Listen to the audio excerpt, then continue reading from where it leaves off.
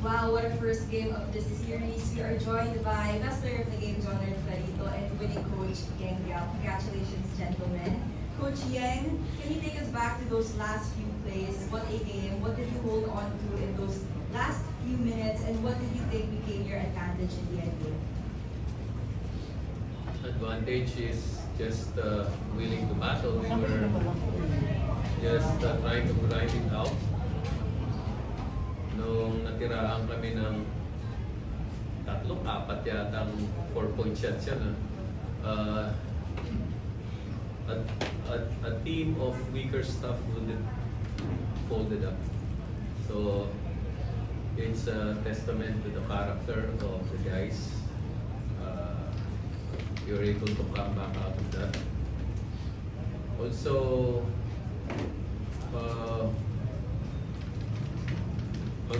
Magnolia really surprised us because they tried to play the kind of game that we also play, and they were able to keep up with us.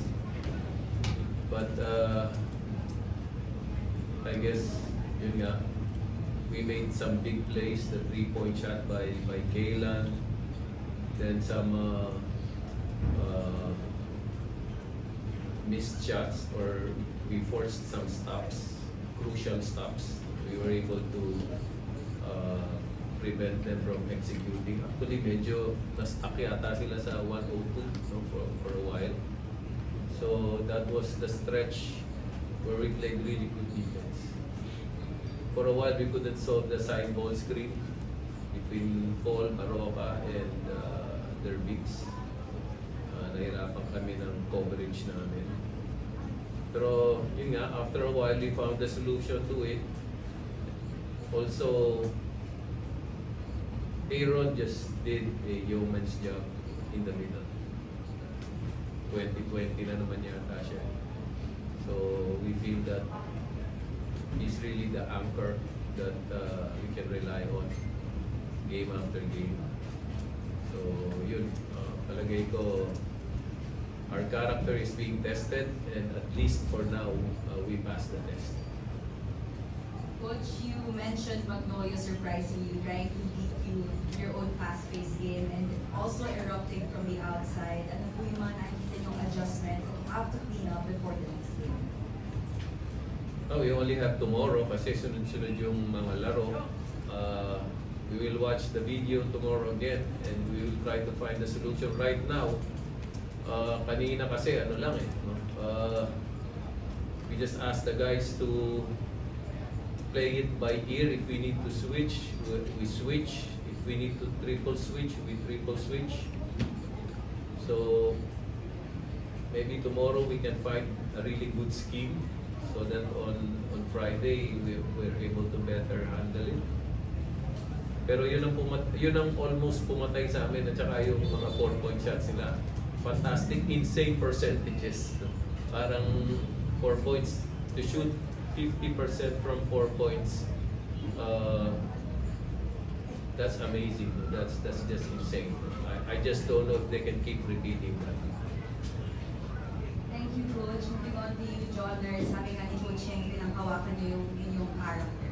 Nung nag-run ng Magnolia when they had a big lead at nung may chance sila to get this win, ano ba yung mga naging usap-usapan yung teammates? And how did you maintain your composure as a team and ikaw rin personally? Nung nag-handle kami din sa loob, sabi na namin, kailangan namin mag-stop. Tsaka kailangan namin mag-focus sa game para maka-run din kami. Tsaka lagi naman sinasabi ni Coach Cheng, defense first before the offense.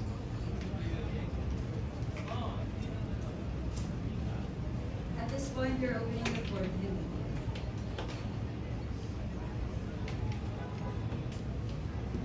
Coach, congratulations on taking game 1. Coach, you mentioned nga na You survive despite yung flurry of 4-point shots, 3-point shots ng Magnolia. How big is this for your team considering young team kayo and there's also the pressure of being the group winner sa grupo nyo?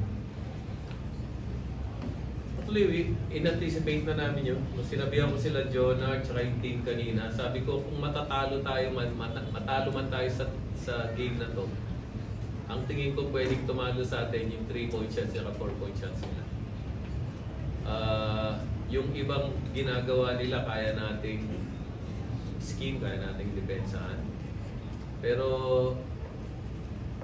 yun nga, kahit na conscious ka that they can make the 3 and the 4, iba pa rin pag nandun mahirap pa rin sa actual na depensahan. That's why part of the game plan siguro is just to be able to lessen their efficiency. Mataas masyado yung 50% shooting from 4. Sabi ko nga, fantastic masyado yun. So, we'll try to lessen that because we know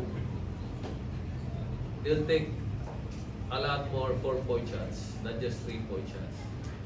And parang specialty na ang missing. So you have to pay special attention to that. Kung nagmintis lang yun, baka hindi kami masyado nahirapan. No? Pero yun talaga nagpahirap sa amin.